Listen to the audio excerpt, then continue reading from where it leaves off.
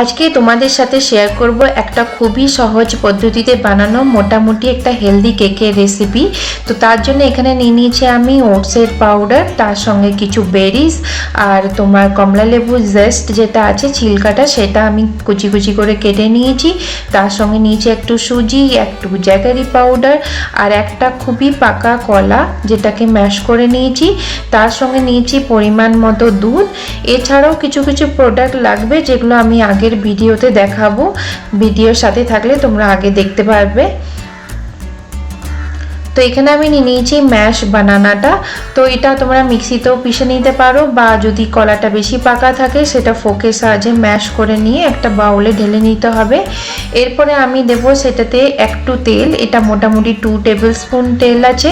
তো এই তেলটা স্কিপ করা যেতে পারে যদি আমরা এখানে ডিম প্রয়োগ করি, কিন্তু যেহেতু এটা ভেজ কেক হচ্ছে সেই জন্য একটু তেল বা এটা বাটার না দিলে খুব একটা কেকটা ভালো হয় না, আমি আগে বানিয়ে দেখেছি। তো এই তেলটা আমি দিয়ে দিয়েছি। এটা আনহেলদি হলো, এটার মধ্যে দিতে হবে, নাহলে ভালো হবে না জিনিসটা। তো এখানে আমি তেলটার সঙ্গে কলাটা যেটা আছে সেটা মিক্স করে নিলাম। বেশি মিক্স করার দরকার নেই, জাস্ট একবার মিক্স করে নিলেই হলো। এরপরে আমি এর মধ্যে দিয়ে দেবো ওটসের পাউডারটা। তো এখানে আমি মোটামুটি 1 কাপের মতো ওটসের পাউডার নিয়েছি, বারে বারে করে মিক্স করব। আর এছাড়া নিয়েছি একটু সুজিটা দেখবেন ওটসের পাউডারের সঙ্গে দিলে কেকটা বেশ ফ্লাফি আর ভালো হয়। তো তোমরা সুজিটা যখন দিচ্ছ কেকে একটু তোমরা সেটাকে রেস্টিং টাইম দেবে, ওটা মেখে নেওয়ার পর এর সাথে আমি দিয়ে দিলাম বেকিং পাউডার। সমস্ত কিছু একসাথে এবারে মিক্স করে নেব। যেহেতু এটাতে এগ নেই তার জন্য এটাতে আমাদেরকে দুধ দিতে হবে, নাহলে এটা দলা পাকিয়ে যাবে। তো এটা আমরা ঠিক খুবই সহজ পদ্ধতিতে বানাচ্ছি, প্রপার কোনো যে মেজারমেন্ট দিয়ে বানাচ্ছি না। যেহেতু আমি এটা অনেক দিন ধরে বানাচ্ছি তো আমার একটা মোটামুটি আন্দাজ হয়ে গেছে যে কতটা কি দিতে হবে। তোমরা চাইলে মেজারমেন্ট অনুযায়ী করতে পারো। তো এখানে আমি দুধটা দিয়ে মিক্স করে নিয়েছি আর দিয়ে দিয়েছি এখানে জ্যাগরি পাউডার। তো জ্যাগরি পাউডারটা দেওয়ার পরে এটা একটু গলতে টাইম দিতে হবে।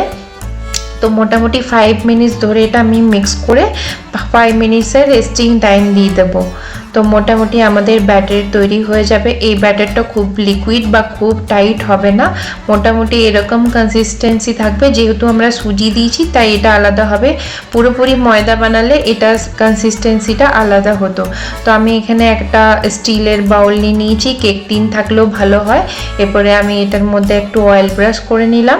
তো তোমাদেরকে এখানে একটা ট্রিক শেয়ার করছি, যদি তোমরা চাও যে তোমার যে এখানে যেহেতু এখানে কেক টিন নেই, এখানে যে আমরা ঘরের নর্মাল বাটি ইউজ করি সেটা নিয়েছি, তো নিচে লেগে যেতে পারে, অনেক সময় লেগে যায় যদি পাত্রটা পাতলা হয়। তো সেই জন্য এখানে কি করতে হবে, একটু ময়দা বা ওই টাইপের আটা টাইপের কিছু জিনিস এখানে ডাস্ট করে নিতে হবে। তাহলে দেখবে কোনোদিনও তোমাদের কেকটা যেটা আছে সেটা নিচে লাগবে না, বা এটা ওঠাতেও অনেক বেশি ইজি হবে।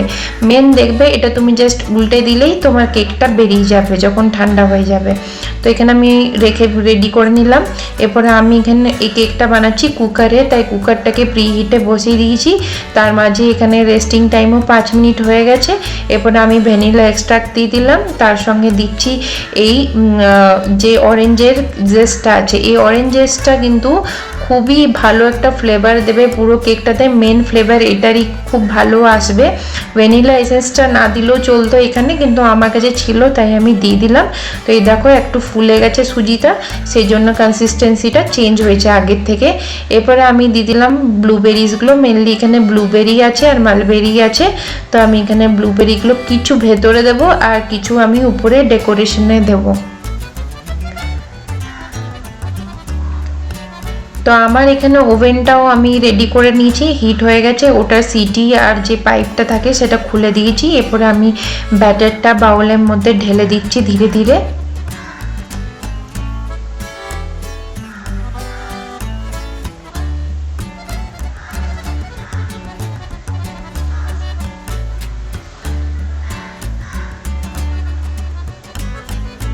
এরপর এটাকে আমি ট্যাপ করছি এই কারণে যাতে এর মধ্যে যে এয়ার বাবলগুলো থাকে সেটা যাতে বেরিয়ে যায়। এটা না করলেও চলবে, কিন্তু ট্যাপ করে দিলে ভালো হয়। এরপরে আমি উপর থেকেও একটু করে কমলা লেবুর যে ছিলকাগুলো কেটে রেখেছিলাম সেগুলো দিয়ে দিলাম। এটা যখন বানানো হবে না, খুলবে, এত সুন্দর গন্ধ ছাড়বে। তোমরা কোনোদিন এটা না দিয়ে আর দিয়ে দেখবে কেকের মধ্যে কত ডিফারেন্স আসে। তো এরপরে আমি উপর থেকে ব্লুবেরিগুলোই দিয়ে দিয়েছি। এগুলোকে আমি হাফ করে স্লিট করে নিয়েছি প্রত্যেকটাই। এরপর উপরে দিয়ে দিচ্ছি ব্লুবেরিগুলো। চলো, এরপরে মাঝে একটা মালবেরিও দিয়ে দিয়েছি। এরপরে আমি এটাকে বসিয়ে দেবো, তারপরে তোমাদের সাথে দেখা হচ্ছে হয়ে গেলে। তো এই দেখো আমার কেক রেডি। এরপরে এটা এখন গরম অবস্থায় আছে, একটু ঠান্ডা হোক তারপর তোমাদের সাথে শেয়ার করছি। এখন কেকটা পুরোপুরি ঠান্ডা হয়ে গেছে। এরপর তোমাদেরকে কেটে দেখাবো কেমন হয়েছে। আমি খুব ছোট্ট একটা কোয়ান্টিটিতে বানিয়েছি। এটা অনেক ফ্লাফি বা বড়ও হতে পারে, তোমরা যেভাবে কোয়ান্টিটি বানাবে সেই হিসাবে এটা হবে। তোমরা চাইলে আর একটু বেক করলে এটা একটু রেড টাইপের হবে, যদি কেউ কড়া টাইপের খেতে পছন্দ করো। তো আমি এরকমই বানিয়েছি। মোটামুটি এটা 25 মিনিট সময় লেগেছে কুকারে বানাতে। ওভেনে বানালে সেটা কম টাইম লাগবে। চলো তোমাদেরকে কেটে দেখাই কেমন হয়েছে। দেখতেই পাচ্ছ কাটার সময় কতটা ফ্লাফি ফিল হচ্ছে। এটা খেতে বেশ ভালো হয়। সুজি আর ওটসের হচ্ছে, হেলদিও হচ্ছে, চায়ের সঙ্গে দারুণ মজা লাগবে বা কফির সঙ্গেও দারুণ লাগবে। আর এই দেখো কেকটা পুরোপুরি রেডি। দেখতে পাচ্ছ কত সুন্দর হয়েছে বাইরেটা, আর ব্লুবেরিগুলো গলে গেছে উপর থেকে। চলো তোমাদেরকে একটু ভেঙে দেখাই কেমন হয়েছে।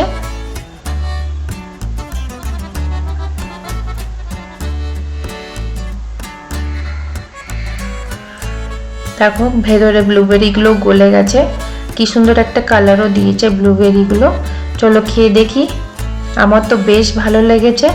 আর কেকের আরেকটা বৈশিষ্ট্য হচ্ছে যতটা মিষ্টি দেবে আর যতটা অয়েল এলিমেন্ট দেবে বা বাটার দেবে, কেক ততই ভালো হবে।